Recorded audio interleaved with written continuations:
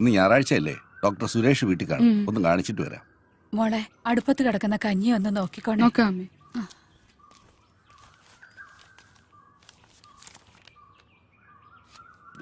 ശ്രീധരന്റെ മോള്.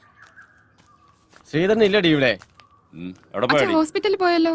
ശ്രീധരൻ ഇല്ലെങ്കിൽ എന്താ, നീ ഇവിടെ ഉണ്ടല്ലോ. സുഖമല്ലേ അടി? ഇവിടെ വാടി, അടുത്ത്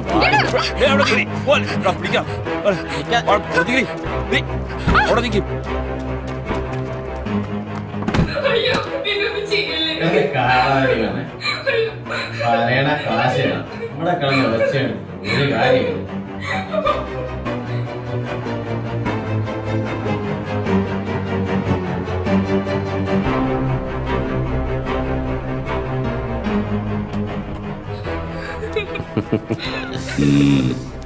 ഒന്നിങ്ങട് എങ്ങനുണ്ട്? ചെല്ല് ചെല്ല്, സൂപ്പറാണ്.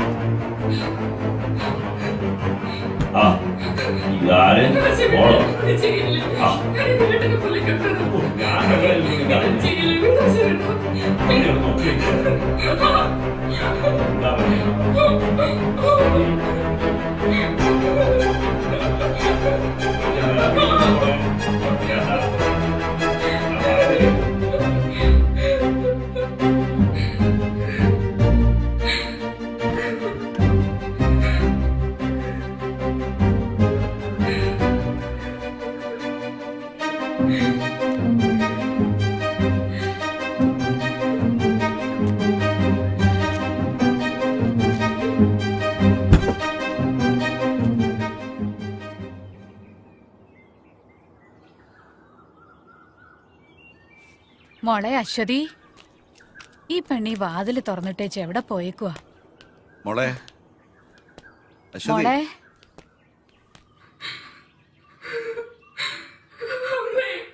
എന്താ മോളെ? അച്ഛൻ പോയി കഴിഞ്ഞപ്പോ അസുഖേട്ടന്റെ കൂട്ടുകാരന്റെ വന്നു. എന്റെ മോളെ, നിങ്ങൾ കണ്ടില്ല മനുഷ്യ, നിങ്ങളുടെ കൂട്ടുകാരൻ നമ്മുടെ മോളെ. ഇനി എന്തിനാ ജീവിക്കുന്നേ?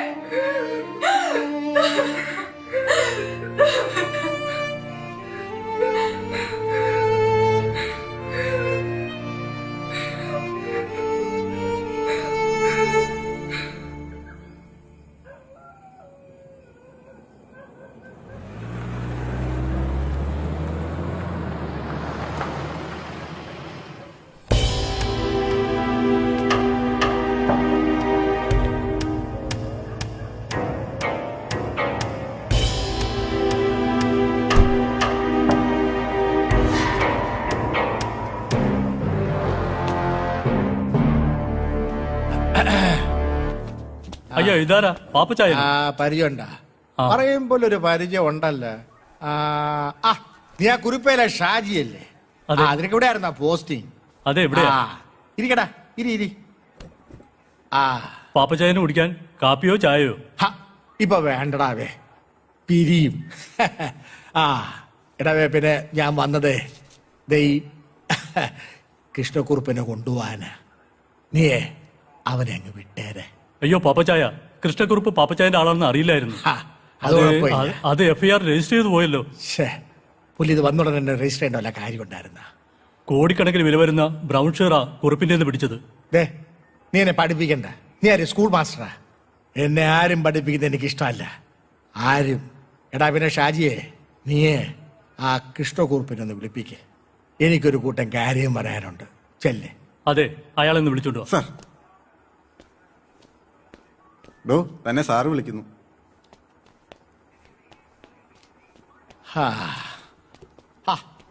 നീ ഒരു ദിവസം കൊണ്ടങ്ങ് ഓഞ്ഞു പോയല്ലോ. എടാ ഷാജിയെ, നീ തെല്ലട അങ്ങോട്ട് മാറി നിൽക്ക്. എനിക്ക് കുറുപ്പിനോട് ചില കാര്യങ്ങൾ പറയാനുണ്ട്. ചെല്ലേ. ശരി പാപ്പച്ചായ.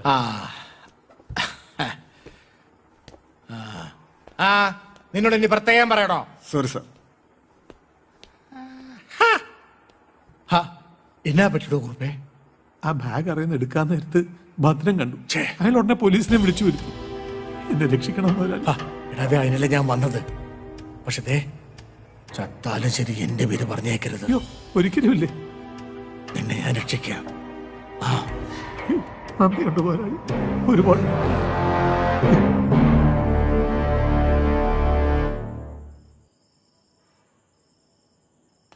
എടാ എടാ പട്ടികളെ, നിങ്ങൾ എന്റെ മകളെ.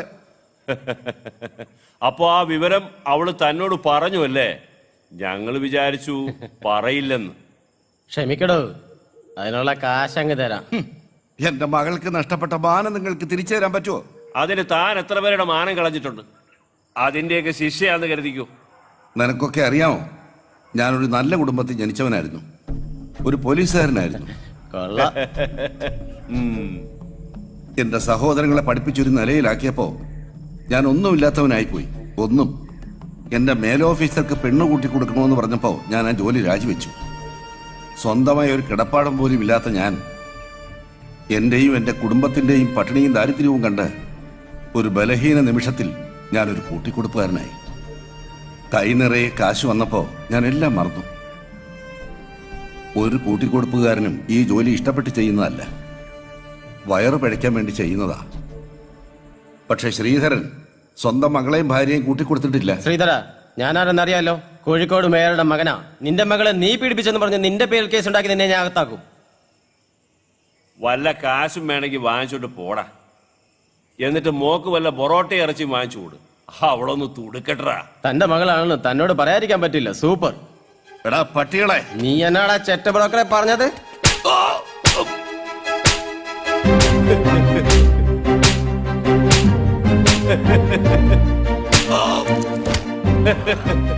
എടാ ശ്രീധര, നിന്നെ കൊന്നു തള്ളിയാൽ ഒരു പട്ടിയും ഞങ്ങളോട് ചോദിക്കില്ല.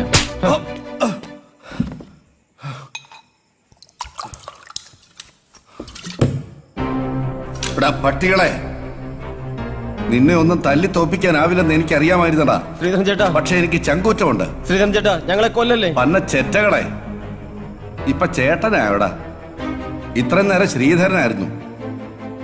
ദാ ഇത് കണ്ടോ? ശ്രീധരൻ ചേട്ടാ, ഞങ്ങളെ കൊല്ലല്ലേ. 9 മാസം ഞാനിതിൽ പണി പഠിച്ചവനാ. എനിക്കുന്നം തെറ്റില്ല. ശ്രീധരൻ ചേട്ടാ, ഞങ്ങൾക്ക് പറ്റിപ്പോയി. എടാ പ്രവീണേ, നീ എന്റെ മോളെ പറ്റി എന്നാ പറഞ്ഞത്? പറയടാ, പറയടാ. സൂപ്പർ സൂപ്പറാ. മകള് മാത്രമല്ലടാ, ഞാനും സൂപ്പറാ.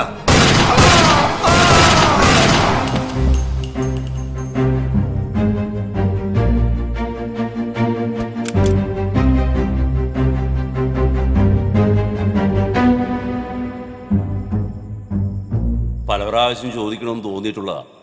ചോദിച്ചോ. ഈ കൂട്ടിക്കൊടുക്കുന്നതില് എന്തെങ്കിലും കുറ്റബോധമുണ്ടോ? ഇല്ല, ഒരു കുറ്റബോധവും ഇല്ല. ജീവിക്കണം, കൂടെയുള്ളവരെ ജീവിപ്പിക്കണം. എന്റെ മോടെ പഠിപ്പ് മുടങ്ങരുത്. അച്ഛാ, ഞാൻ കോളേജിൽ പോയിട്ട് വരട്ടെ. മോളെ, എന്താ അച്ഛാ? ഇക്കൊല്ലം MSc ഫൈനൽ ഇയർ ആണ്. കൂട്ടുകാരുമായി ചേർന്ന് ഉഴപ്പരുത്. ഫസ്റ്റ് ക്ലാസ് വാങ്ങും. ശരി അച്ഛാ. എന്റെ മോളാണ് അച്ഛന്റെ സ്വപ്നം. നിങ്ങൾ ഒന്നുകൊണ്ടും പേടിക്കണ്ട, അവള് നല്ല മിടുക്കിയായിട്ട് തന്നെ പഠിക്കും.